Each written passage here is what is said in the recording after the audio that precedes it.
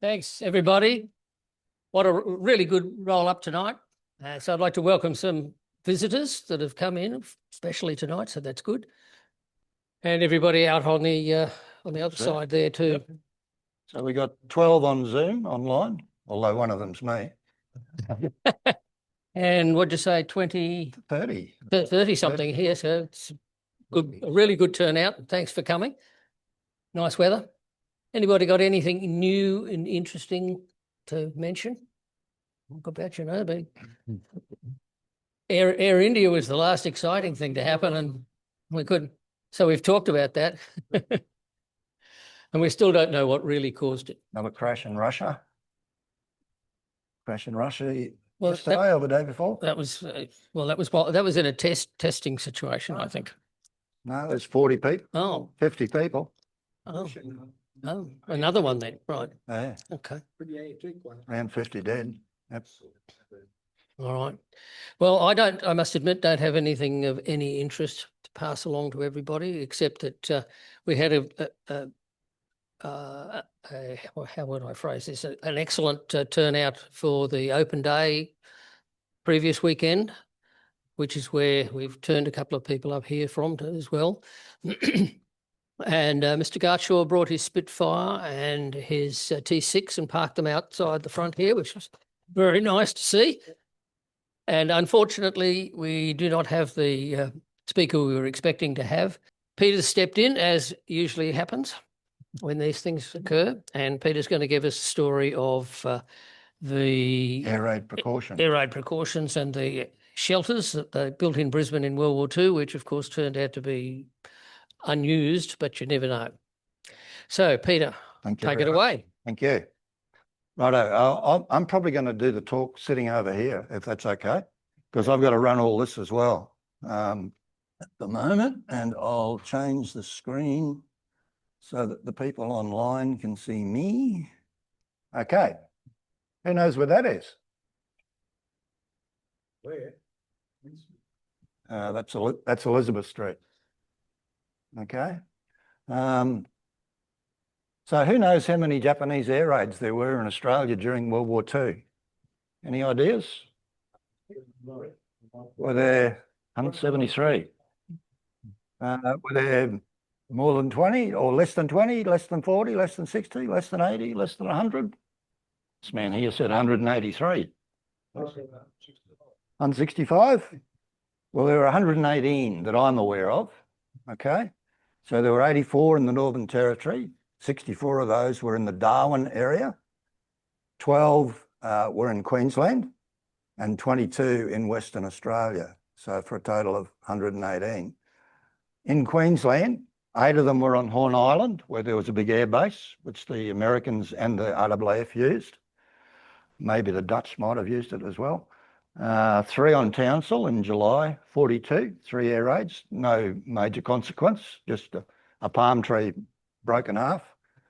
And although the Japanese reported that they destroyed the ports and all the railways.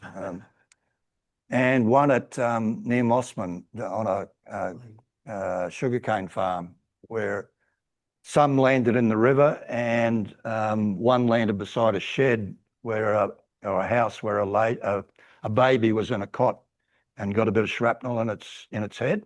And that lady lives on the north side of Brisbane today. I can't remember her name. So there were many air raids. Darwin, as I said, was bombed 64 times, the first being on the 19th of February, 1942. In fact, there were 2 that day. The extent of the deaths and the damage were often censored. So that top article there, that's part of the article. And all it says is, and this is the next day, by the way, so they knew well how many were killed by the time this was published. They just said damage to property was considerable. There were some casualties. There were 243 people killed. Details are not yet available. So it was heavily censored at that time. So air raid precautions actually started very early, prior to the war in the Pacific. The war in the Pacific started on the 7th of December 1941. But the war in Europe started in September 1939, and air raid precautions were underway even well before that. So you can see an article there from the 1st of May, 1939. Come in, Mark. And air raid precautions organisations were established in the various states, and they were all different. The structures were all different. So in Queensland, air raid wardens carried gas masks, helmets, rattles, and all whistles. School kids were issued with name tags in case they had to be relocated at short notice. And they also carried corks or wooden pegs to bite on to limit the shock of a bomb blast. So all the kids were trained on what to do. Air raid wardens were given some fairly high-level powers, almost police powers, and that was only enforced during the period of an air raid. So they could make arrests without a warrant. And the period of an air raid was considered to be from when the authority gave the warning of an air raid until 2 hours after the all clear was given. There's one of the badges, a bloke I used to know in Canberra gave me that. Strength of the air raid precautions organisation in Queensland peaked at 32,000. So there were lots of organisations in the various suburbs, all around Brisbane and all the other cities and towns throughout Queensland. And that included up to 3,113 female wardens as well.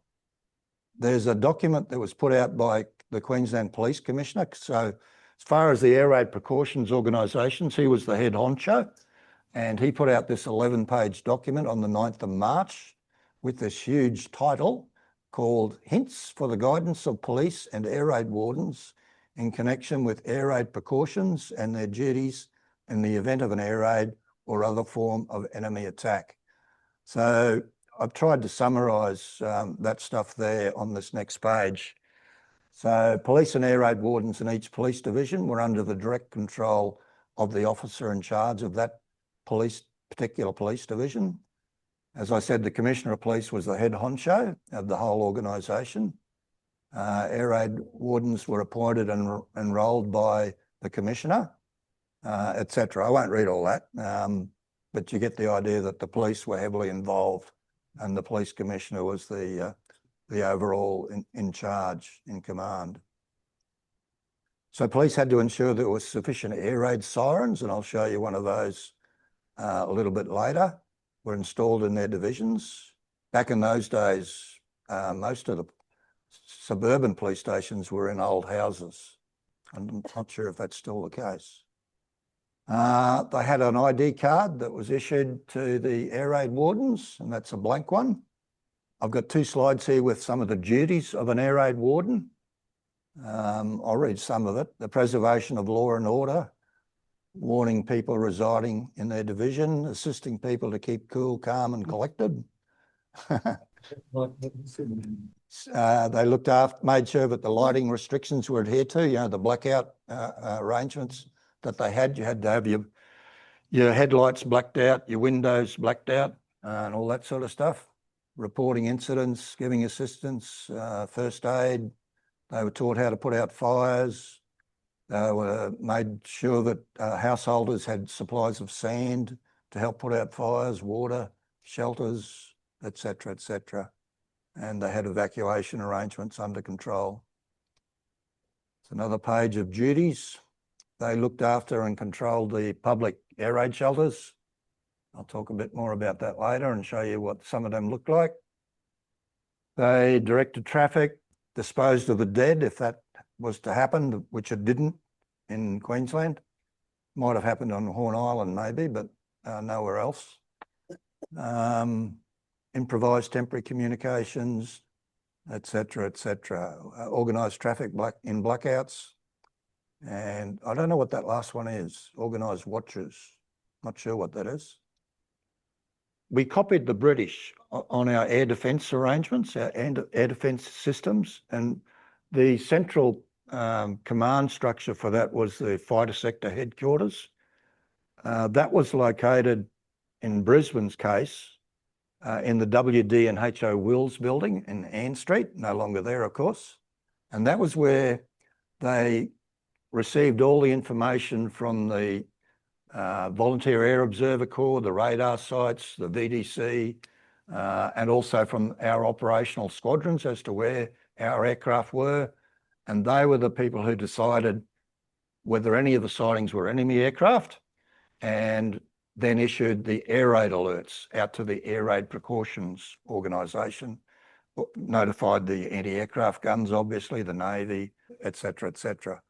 Now, that's the structure of the air defence system. As I said, copied on the way the British did it, because we were under the mother's apron back in those days. And so we had VA, Volunteer Air Observer Corps, and the Volunteer Defence Corps. They were under the Army, and these were appointed by the RWAF. They were civilians, you know, the local police officer, the local station master, local farmer, etc. They all fed information through by phone using a form to the Volunteer Air Observer Centre, who was then hooked into the fighter sector headquarters, and then all the airfields notified this room where all the operational aircraft were that had taken off, and then all the radar and direction finding stations went through a filter room, and they plotted them on a big map table as well. And then if shit hit the fan, all these people were notified, including the Air Raid Precautions organisation. So I've got a video here, well, a film, an old film. It's an old RWAF film. It's based on a lot of footage that was shot in Townsville for the fighter sector headquarters that was operating. So it was number 3 fighter sector headquarters. The one here in Brisbane was number 8. So this, I think it was filmed, Jeff, in the old grammar school. Jeff Nielsen, who's online, and some of the other people in Townsville. I don't think it was in the bunker at Stewart. It was pre the bunker. So all the footage here is real footage from World War II taken in Townsville. And I'll see if it'll work, and hopefully the sound will work as well. The air defence system is divided into 2 phases: aircraft movements over the sea and aircraft movements over the land. Movements over the sea are detected by radio location. Radio direction finder or radio location stations detect in advance the approach by day or by night of aircraft from seawards. Trained operators can tell with a high degree of accuracy the number of aircraft approaching, their height, position and course. Information from RDF stations is communicated to filter room, which is a part of fighter sector. The information is received by personnel known as plotters. Each plotter is in communication with a separate RDF station. Several RDF stations may pick up the same track with slight variations. These separate observations are filtered in filter room and filtered out to fighter sector operations room. The communication of a filtered track from filter room to fighter sector operations room is read from the filter room table by the teller and passed directly by telephone to fighter sector operations room. A typical fighter sector operations room. The large central table is a map, specially gridded, of the whole area controlled. On this table, all aircraft movements over land and sea are plotted. Maps used by fighter pilots are a smaller scale copy of the table map. The controller is in RT communication with our airborne fighters. By this means, he directs them in the interception of the enemy. On the controller's right is the operations officer, who is in communication with unit operations room. On the controller's left are Fighter Sector Intelligence Officer and the liaison officers of the VAOC, anti-aircraft and the Navy, all in direct communication with their services. Conveniently in front of the controller is the interception table, where the enemy's course is plotted and a course to make good interception computed. A course and speed calculator is used to compute an interception course. An accurate interception course See cannot up be the top here, calculated Intel without planes. up-to-the-minute meteorological information. 39 Squadron. This is supplied American. by the meteorological section at regular intervals. The meteorological information thus obtained is distributed to Air Force units, including fighter sector. As fresh meteorological information is received, the meteorological board at fighter sector is amended. Aircraft movements over land are observed by the Volunteer Air Observer Corps. At some points, the Volunteer Defence Corps of the Army has established observer posts which are connected with the VAOC Centre. Throughout the country, there are thousands of civilians who act as volunteer air observers. It is a total war, and these people on farms and far out back stations have voluntarily set themselves the task of playing their part in Australia's defence. They have learnt their aircraft recognition and are able to send accurate air flash messages to the VAOC Centre. A grandfather and his grandson. The middle generation is in the front line, but these two are also doing their bit. Information of aircraft sightings is immediately reported at high priority. The air flash message carrying their sightings is received at a VAOC centre. In VAOC operations room, the reports flashed from observer posts are plotted and passed to fighter sector. From all our aerodromes, aircraft movements are signalled, giving the estimated time of departure and arrival, and the course and height to be flown. Fighter sector and VAOC are included in the distribution of aircraft movement signals. Here, an aircraft movement signal is being received in fighter sector by teleprinter. From these aircraft movement signals, the identification officer at fighter sector determines whether tracks appearing on the table relate to movements of our own aircraft or hostile. Fighter sector operations room passes informations to the fighter squadrons, to the naval officer in charge and to intelligence headquarters, to the searchlight and anti-aircraft batteries, to combined defence headquarters and the civil ARP authorities.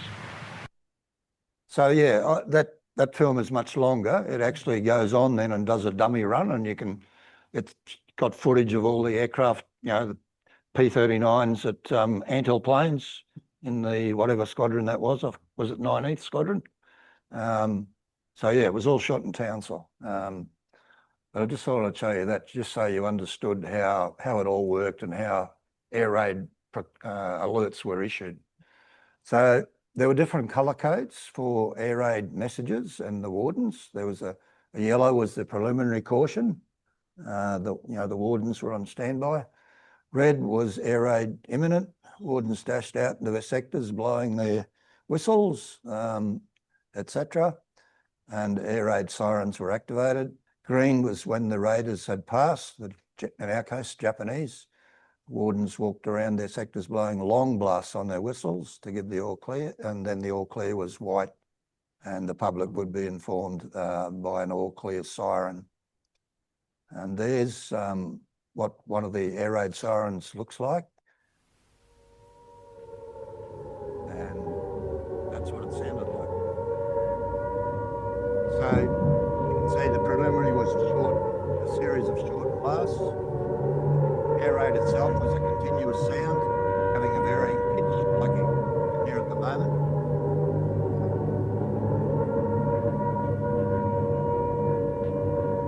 The all clear was a continuous sound, constant. Okay, so in Brisbane, there was a main air raid precautions control centre that was built under the old Roma Street police station. It's a bit hard to describe where that was, but you know where the big SGIO building is? It's sort of across the road from it, more or less. It was there near the old Roma Street markets. So there were 4 rooms. It was in the basement. They had 3 big billiard tables pushed together, and they put 3-ply timber sheets on top of the tables to lay out their maps, etc. And so you can see that's the top of the table here. During an air raid exercise, they had on the 4th of May. Now, on the 10th of November 2006, when they were building the inner northern busway, they uncovered all this, which initially they thought was some sort of an air raid shelter, but it turned out it was this place. Okay, so this was what they found on one of the walls of one of those rooms. There's a switch room here. So it was the old Brisbane Air Raid Precautions Control Centre under the former Roma Street Police Station. There were lots of booklets produced during the war. This is the 9th and 10th edition of the one on air raid precautions. There were all sorts of other booklets produced, but this was the one for air raid precautions. You had to pay 1 shilling for them. It's probably a lot of money back in those days. Yeah, that was a lot of money. This is another booklet put out by the Roma Street Police Division for air raid wardens with various bits of information about where the fire posts were at the various locations, Ramsay's Garage and Queensland Groceries, Labor Bureau, etc., etc. They had lots of training drills, as I mentioned earlier. You can see a guy here with a stirrup pump pumping water to put out a fire. I don't know how effective that would have been, but there's the lady there with the, there's a guy with the stirrup pump pretending to put out a fire. All sorts of shapes and sizes of air raid shelters. This is one in 1942 beside the Coorparoo Police Station, which looks like it was an old house. It's a photo from the Queensland Police Museum. Some police at the same police station in their air raid precautions gear with their helmets and whatever. There's one of the air raid sirens on top of a pole next to the West End Police Station. I'm not going to read all this. This is just some words from an article in the Courier Mail where it talked about the Brisbane City Council approving the construction of 160 air raid shelters to accommodate more than 11,670 people in the city, South Brisbane and the Valley areas. And they were built and designed by the council such that after the war, they could be turned into shade shelters and bus shelters. They also approved 15 zigzag slit trenches in the Botanic Gardens along the Alice Street side of the Botanic Gardens, and also some shelters at City Hall Lane. I think that's behind City Hall for 400 people made of reinforced concrete. So this is the surveyors laying out those zigzag slit trenches in the Botanic Gardens in January 42. And you can see Alice Street along here. And then that article details where all the air raid shelters were going to be, to accommodate 70 in Queen Street, Adelaide Street, blah, blah, blah, with all the numbers. So North Quay 5 to accommodate, and I'll talk about the North Quay ones soon, to accommodate 350 people, and another 10 opposite Turbo Street in North Quay to accommodate 700 people. This is the Valley area, and I'll show you some of those that are still there today in the Valley, near the Valley Baths, and some in South Brisbane as well. So they were everywhere. And there's still, I think it's 21 of them still around in Brisbane you can see today. You've probably seen them and perhaps not realised what they were. So a lot of the local schools dug their own slit trenches as well. So here's some of the kids at the Ascot State School digging, and possibly some of the parents there maybe, digging a slit trench in 1942. This is an actual colour photo from World War II. This guy owned the camera, Lieutenant Mark Muller. He took quite a lot of good colour photos around Brisbane during World War II. So he was part of Base Section 3 headquarters at Somerville Girls' School at South Brisbane, opposite the Maritime Museum. So that was the base section headquarters for Southeast Queensland. They had a lot of radio stations inside, 3, I think it was, radio stations inside that building as well. And the school has still got that sign there. So someone in the audience was just saying that they've still got the air raid siren that's there and a little bit of extra information. Righto, so the Ford factory, some of you might remember where that was. It was more or less beside Hangar 7, where Hangar 7 is today at Eagle Farm, was where the old Ford factory was. And this is just a photo of some of the air raid slit trenches, should I say. Some of the slit trenches that were dug at the Ford factory. They look like they might be concrete or brick, those particular ones. They're not just dirt trenches. I don't know where this photo was taken, but it's supposedly of some cadets wearing helmets and gas masks in a slit trench. This is the Queensland University, the Forgan Smith building, which was taken over by General Blamey. That was Advanced Land Headquarters during World War II. They'd only just, well, not quite finished building that building, and it was taken over by the Army. So these are AWARs in some slit trenches. Looks pretty hard digging there by the looks of it. This is the old Lands Administration building. So this is on the William Street side, not the George Street side. So this is them erecting this blast wall around that building. And that's it finished. And doesn't look like that today. That looked like that when I took that photo probably 15 years ago. This is the taxation building, I believe. This was demolishing the blast walls after the war in 1945. Recognise that place? We're sitting in it. That's the building we're in today. So I found this photo, nice photo, in a report that some American senior officer did when he toured around Queensland. And he wrote a report and included some photos, and this is one of the photos. So you can see that they built a splinter-proof blast wall around the bottom level of this building so that shrapnel wouldn't shatter the glass windows and these walls here. It wasn't there for the whole war. This was probably only early 42. It was gone, I think, by 43. So it was probably 2 layers of, I'm assuming, 2 layers of timber with sandbags in the middle all the way around the building, and it was camouflaged. So this is in the valley, corner of Ann Street and Duncan Street, the valley. You can see TC Byrne building in the background there, 24th of January, 42, building an air raid shelter. So this is the one I had on the front there. This is the Winter Garden Theatre. That's the back of the Winter Garden Theatre in Elizabeth Street. So that's looking south towards the river. And you can see air raid shelters all the way along the middle of the road. And see this big pipe here? Huge pipe, pretty round.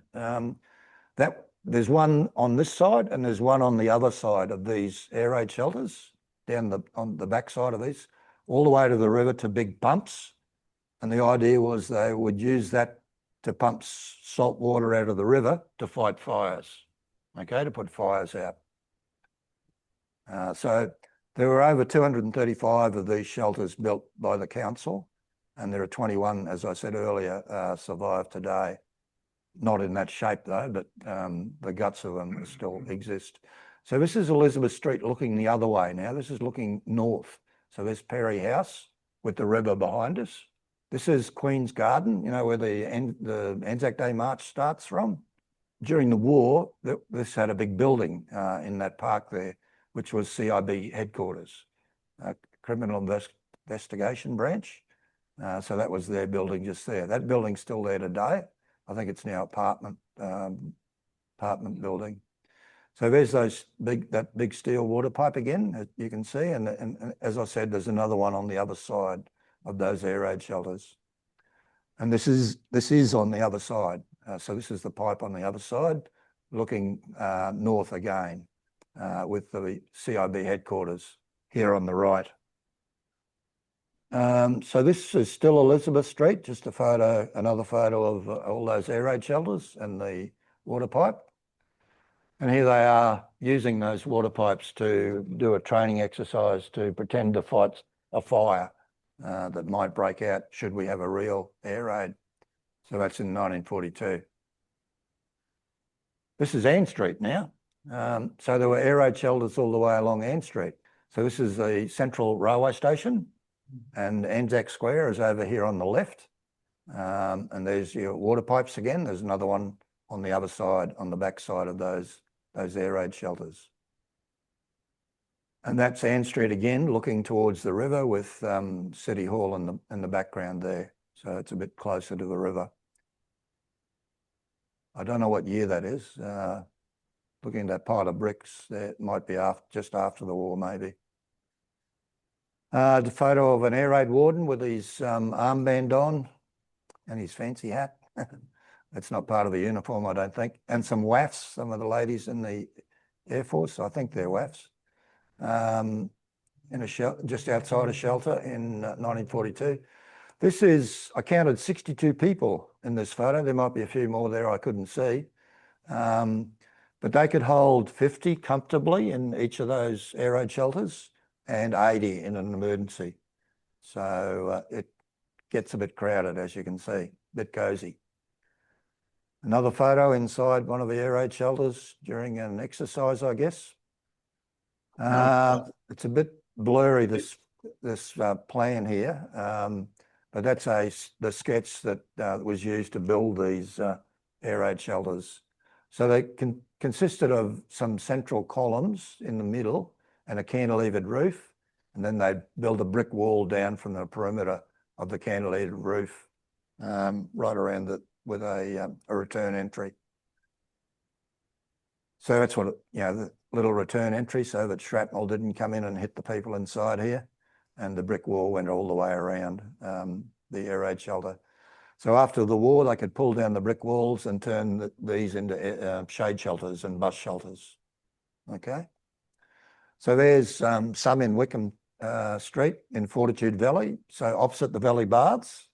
So if you're driving towards the airport from the city, and you've got the Valley Baths on your left, look to the right, you'll see at least, at least one, I think there might be two there. But then in the side street, so that one that I just showed you is just around the corner here. So there's the Valley Baths. So this is, what's it called? East Street. So there's three of them here in East Street, okay, that are still there in East Street. So they're the original World War II air raid shelters. Here's another one at Flower Street at Wollongabba in a park. So there's a lot of parks that have got them in them. Here's one at Cornwall, in a small park bounded by Cornwall Street, Russ Street and Kent Street and Annerley Road. Quite a nice photo that this guy sent me. I don't know where this one is. I've been trying to work it out. It's on some sloping ground, obviously, with some businesses in the background, so I'm not quite sure where that one is. But there were many more, and these are just some of the ones that still exist around Brisbane. So if you drive up where Wickham Park is, there's about 2 or 3 in the park there with all the homeless people. Just around the corner in Wickham Terrace. So if you go this way, you're heading down towards Roma Street Station. There's a couple there in that street. There's one at Stones Corner outside the library, one at Morningside. So they were that sort of design, but there are a couple of others of this design, and there's 2 of them left. There's this one at Tenerife, which I think it's near the ferry terminal. It's still there. And I don't know where this is, but there looks like there's 2 of them. There's another one there. I don't know whether that's at Tenerife or somewhere else. I don't know. And there's the other one that still exists today. That's out at Newmarket, at the corner of Bank Street and Enoggera Road, just outside the Newmarket State School on Enoggera Road. Okay, so that's an old, different design air raid shelter. See these air raid shelters here? There's 2 of them there. You might remember in that article that it talked about 5 plus some more that were built. So this is the old Victoria Bridge.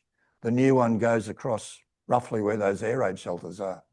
And you can, for those who walked over the other side of the Victoria Bridge, some of these abutments still exist on the South Bank side as a memento. But see these 2 here, and you can just see a little water fountain just there and a palm tree. There's the water fountain. So this is a sketch that council drew to modify that air raid shelter with, you know, glass panels at the back, seats, etc., to turn them into bus shelters. And that's what they look like. So there's that water fountain just there, and there's that palm tree. Okay, and there's that sort of tram tracks curving around that we saw in that first photo. Okay, so that's they're not there. They're not there now because the bridge is there now. So there's the old bridge again. So those ones I was just talking about, I guess, are up here somewhere. But you can see some more down here, down this driveway down to the what used to be a jetty of some sort. So there looks to be 3 air raid shelters just there as well. Some other ones on North Quay. Haven't quite worked out where that is, but I guess it's further upstream from the Victoria Bridge, I'm guessing. It's in 1968. So this is one in Fortitude Valley in Centenary Place. They've turned it into, could be a toilet block, I'm not sure. This is definitely a toilet block. This is one out at Nunda. This is now, there's a new tunnel sort of thing that's been built at Nunda, just past Toonville Shopping Town. Well, this is on the old road. This toilet block is still there, and that's what it looks like today, although I took that quite a few years ago. That's from the other side. So that's that old bypass road. So that's at Nunda. Here's one at Kelvin Grove. So going into the city this way and heading outbound this way. It's turned into a bus shelter. This is behind Howard Smith Wharves. This was before all the new complex was built. These were like in big pipes with entrances and these sort of things here into the pipe. So these were a pipe type air raid shelter. I'm not sure who built those. I don't think it was council. It was probably something to do with the wharves. And this was another one that I spotted there. This was many years ago, near the Howard Smith Wharves, behind the wharves there. It's another air raid shelter. There were lots of private air raid shelters built around Brisbane. I've just got a few photos of a few of them. So I don't know what suburb this one's in. There were lots of designs. This was a design put in the paper for a so-called garden air raid shelter. It could accommodate 6 people. This was a very popular one, the Anderson air raid shelters. If you go to Highfields Pioneer Village, they've actually got one built there that you can have a look at. It's worth looking at if you ever get it there. That's out near Toowoomba, near Kabala Army Base. So that was an English design, come from England. That was a very popular one. Here's another one. And even the dog managed to get in this one.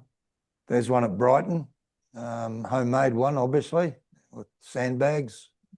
May Neal at Neal's Farm at Brighton. There's one at Camp Hill, Elsie with a dog. There's one at Ashgrove. Yep. Don't think it's there anymore. I got photos of it. The place sold, and the bloke who sent me the photo said the new owner was probably going to knock it down. Has another one at Manly with some American soldiers and their girlfriends, and an Australian soldier as well. Another private one at Clayfield, built by an engineer, Mr. Watson, George Watson, at the corner of Old Sandgate Road and Hill Street. That one could hold 30 people, quite large. That looks like an air raid siren there, maybe, or maybe it's a vent. It looks like a vent. And there's a huge one that the Pinkenbar School built. Not sure I'd want to be in that one. Opened by Mr. Hayes, MLA, and capable of accommodating more than 100 children. Wow. And that's it. That's my end of my talk. I'll stop the share and I'll turn the camera on the audience if I can. Yep. And Thank you, Peter. Bob, if you want to. If there's going to be any questions, we'll take them from the room first. One at the back. No hands. Oh, wait for me to come with microphone.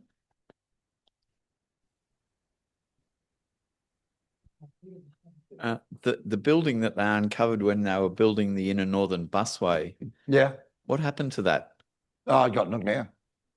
So Not- they didn't Yeah, they didn't preserve it. No, preserve it? no. Oh, okay. No. They documented it, photographed it, got in the museum people, Brian Sinclair, who took those photos. Yeah, and it just got knocked down. Yep. Unfortunately. Anyone else? Right behind you. When I was a schoolboy in Caulfield in Melbourne, they had them even down there. Yeah. Oh, yeah, they were A everywhere. friend of mine's family built one that could hold 30 people in their backyard. No, yeah, Wow. fascinating. Yeah, they were everywhere, all shapes and sizes.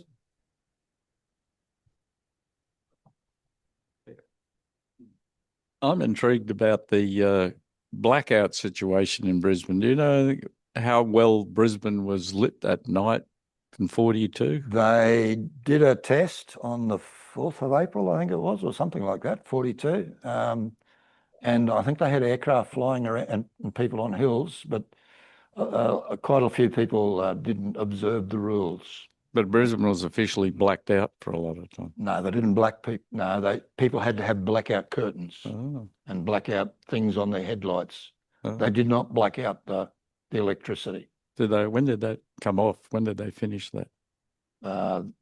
End of the war, I guess. Oh. Yeah. They did a test in Townsville as well, and things like the lighthouse stayed on and all the lights at the wharves stayed on. So, it didn't go too well, the one in Townsville. Anyone else?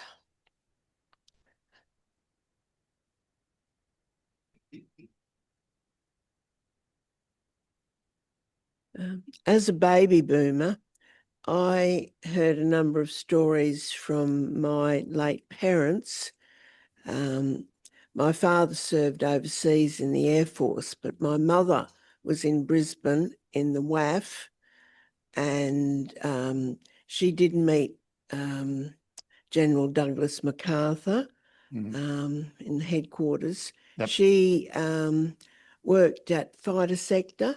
Oh, did she? Yes, Okay. and What was her maiden name?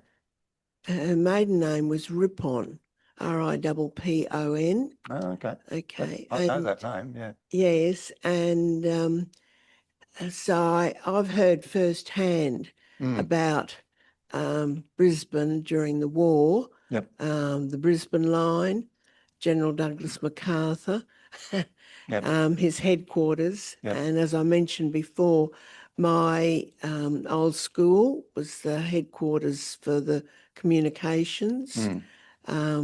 Somerville Girls' School. Yep. Yes, Yep. yes. My mother also told me that she worked when she was in fighter sector in a secret base at Victoria Park, Oh, yeah. and Well, she Camp Victoria Park. wasn't able to tell anyone where she worked or what she did. Yep. She also mentioned about the blackouts and how everyone had to have the blackout curtains and headlights covered and so on. Yep. She was engaged to my father, and his parents lived at Dutton Park, and they had built an air raid shelter in their backyard.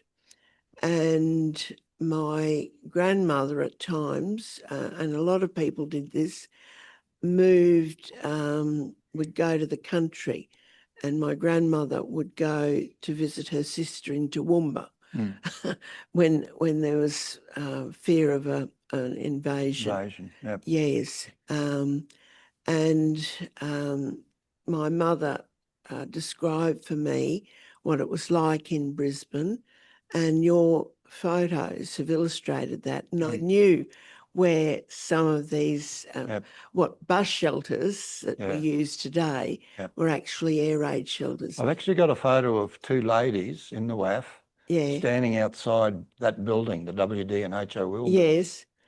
I'm not sure one of them might have been your mother. I'm not sure. I'll have to have a look. Yeah. But she remembered the AMP building Yeah. where MacArthur. MacArthur had his headquarters. yeah. And she remembered going to that building. Yeah. She met him and in fact travelled in the lift with him. So Fair enough. Yep. yes. Yeah, All right. Street. Yep. And yes, so Okay.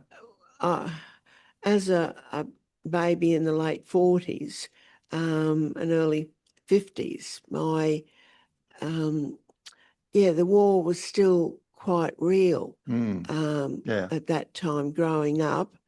In fact, my primary school, the buildings where I started school at Junction Park School had been army huts that Yeah. were being used. Yeah. And the photo that you showed that of an air raid shelter in where the sloping ground, and you didn't know where it was, I think that is it's in Annerley Road up near That's where I was thinking. Yeah. Dutton Park, Highgate, Yeah. Highgate Hill. Yeah, I think it's there. That's where I was thinking. I was Yeah.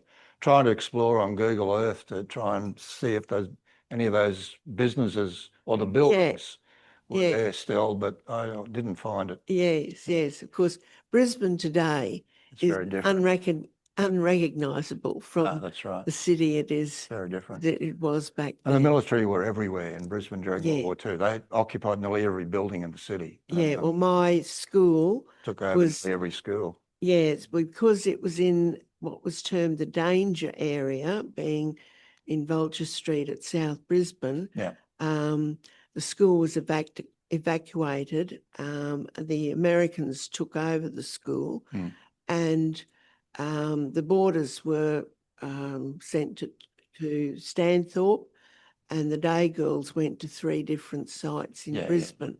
And Oh, the Americans, yes, erected the air raid siren. They erected a flagpole. Yeah. And in recent years, I organised a plaque on the flagpole okay. to commemorate past students who served during the war. Yep. And I hope that we can get the Australian American Society to refurbish the flagpole. Yep. The Americans, just as a lighter note, the Americans did souvenir a number of things from school. In the dormitories, there were bells or buttons that you could press. Yep. And they souvenired the notices that were under these bells, which said, "If you require a mistress during the night, please ring." Lovely. And if, Just one thing sorry to disappoint you, but there never was a Brisbane line. So I'll send you a book. I'll send you an ebook that I wrote about that. So never existed. Peter, a friend of mine owns a property up on Palmerston Road, Turnbull. What's it called? Donnybrook or wherever it is. Yeah. Now, on his property, there's about half a dozen bunkers that were something to do with communications. Do you know much about those? Can you? They must have fitted in the early part of your presentation. They, if it's the one I'm thinking about, the main road to Bribie Island. No, next one up. Oh, sorry, it's not that one. It's the, yeah, you're right. It's not that one. No. Is that right? Anyway, up that way, there was a radar site that's got curved igloo-shaped concrete buildings. And then there were 2 other small concrete block square rectangular buildings for generators as well. That'll be it. What struck me, I was there early in the year, and we'd had a bit of rain and it was all swampy. Now, I thought to myself during the war, if it was the same scenario, Yeah. why would you put something in a swampy area where you got to deal with that? Well, if it was radar, Or I don't know about radars, but radio sites were usually on swampy ground for conductivity. Okay. Not sure about radar sites, but if it's the radar site I'm thinking about, there were two large igloo-shaped bunkers that are still, buildings that are still there, and the other generator buildings are still across the little dirt track in the bush. And they had two big towers with four legs with steel, big bits of steel coming up, and then it was a big timber, like a transmission line tower, basically, and that was the antenna for the radars. There were two of those. So I think that's the site. Yeah. At the bottom end of Elizabeth Street, near where it joins sort of with Eagle Street, there used to be a triangular park there, and that was a male ablutions block, which was an air raid shelter as well. Yeah. There was only a male one, not a female. No. That was in about 1968, at least it was still there. Yeah. But it's since been. Yeah, they were everywhere. I mean, people thought we were going to be invaded by the Japanese, but in reality, the Japanese never had any approved plans to invade Australia. Mind you, had they decided in early 1942, they could have just strolled in, because all of our Air Force were in the UK or the Middle East. We had no planes almost here, and most of our army was overseas. So they could have walked in and taken over, but they had no plans, approved plans. Their army and their navy couldn't agree on what to do. The AM, bit like the American army and navy couldn't agree. Another element to that conflict between the Japanese Army and Navy, even though the Japanese Army and Navy aircraft had 7.7mm machine guns, they actually had different rounds, so they couldn't actually fire a 7.7mm round in the Navy and vice versa. Believe it or not, I don't know which way it was, but the Navy, there was the Navy and the Army, Japanese. One of them used metric, one of them used imperial. That's how bad it was. the AMP building that was mentioned a little bit earlier too, don't forget that the MacArthur Museum is in that building. If somebody who doesn't know about that, it's an apartment building now, but one floor of it was taken over as the MacArthur Museum. Yeah, it's worth visiting. It's good. I was a volunteer there for some years. It's open Tuesdays, Thursdays and Sundays, 10 a.m. to 2:30 p.m. Is there anybody in Zoom land got a question? Yeah. Daryl, am I online? Yeah, we can hear you, Daryl. Okay, just if I can add, Bob said something interesting at the beginning, that it's a good thing that none of the Brisbane air raid shelters were used in real life. Well, they were used 5 times. We had 5 false alarms between August 42 and March 43. I only know for sure that the first one, everybody went to the shelters.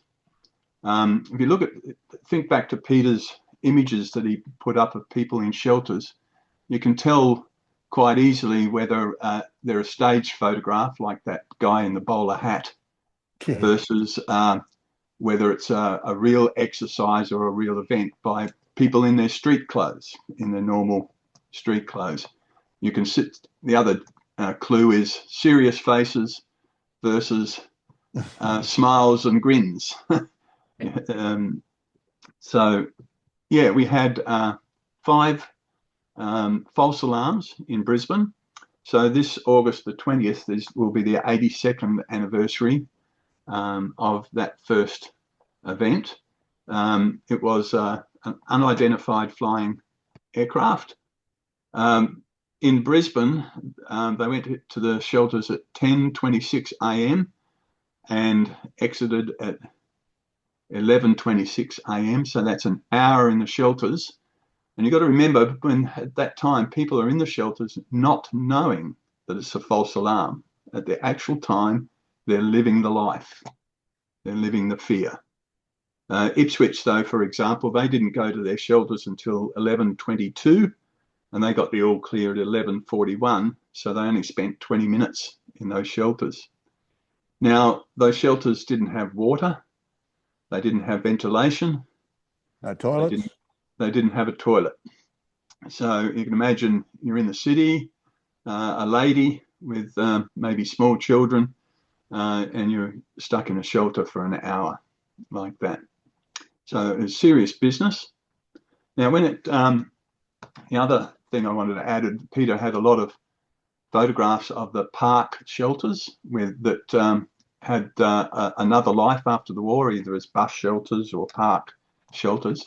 They were a specific design by a Brisbane civil engineer. He got an award for that design.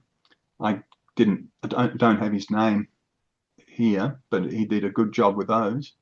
But they were quite different from the big structural shelters that are up the middle of every second street going east to west in Brisbane.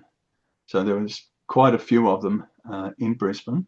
If you look closely, the ones up the centre of the streets had quite thicker roofs, ceilings, reinforced ceilings than the ones in the parks. Now they're going to get the same caliber bomb dropped on them if a bomb fell on either type of shelter.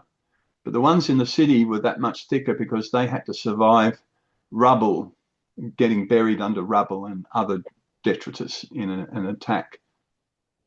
But it also meant that those ones in the city, were very, very difficult to knock down at the end of the war. Yep. They did start knocking them down well before the end of the war because there was no local threat, but there was also no machinery to do it with. So they had to improvise, and they were very, very tough things to knock down. They would attract big crowds when they were trying to demolish them in the centre of the city. And reports in the paper were things like everybody was very satisfied and happy that they were hard to knock down. So, yeah. Anyway, that's it. Thank you. Anyone else? Just another comment. One of the other duties of the wardens was to make sure that there was no canoodling inside the various air raid shelters up the main street. They were also used to stash stolen goods and bootlegging of liquor. They would hide stuff in them as well. So any attempt to sandbag the outside of the blast walls? I've never seen any photos with it around the outside. No, I don't know. Do you know, Darryl? Where, sorry? Were any of the air raid shelters, the official ones, were any of them sandbagged around the outside? I've never seen them. No, they had to keep them pretty clear. The other thing they were concerned about is vagrants using them, and even after the war, the ones that survived after the war, keeping the vagrants out, and also people using them as toilets. So things like sandbags, each shelter was supposed to have a bucket of sand in them, and that became a toilet. So they quickly realised they couldn't do that, and they had to try and keep them quite clear. Instead of using it to fight a fire. No, different sort of fire. Okay, no other questions? Peter, can you hear me? Yeah, Roger, I can just hear you. Okay, listen, this is an opportunity to mention my experience as a boy in primary school in Bundaberg, 42, 43, something of that nature. We were required to have an identity disc and a rubber bottle plug type of thing. I'm using a cork here at the moment on a lanyard round our necks. And my mother kindly kept those items for me over the years. And not that you can probably see this here, but I'll hold it up near the camera thing. It was a little disc about the size of a penny. Yep, And I can see it. it had my name on the one side and my address on the other. Right. And the idea of the cork or rubber or whatever it was that we were required to put that Yeah, in your mouth and in our mouth in case of concussion from blast or whatever. And that, armed with those items around our necks, we were drilled into the various trenches in the playground during those practice sessions. It happened. Sure That's my did. point. Thanks, Roger. Thanks, Roger. Here's another snippet for you. It's Daryl again. The design of those air raid shelters, we wouldn't build them like that nowadays. I don't know if you noticed the entranceways were an L-shaped corridor, brick-lined L, and there was an entrance at either end, and the opening faced opposite directions at either end.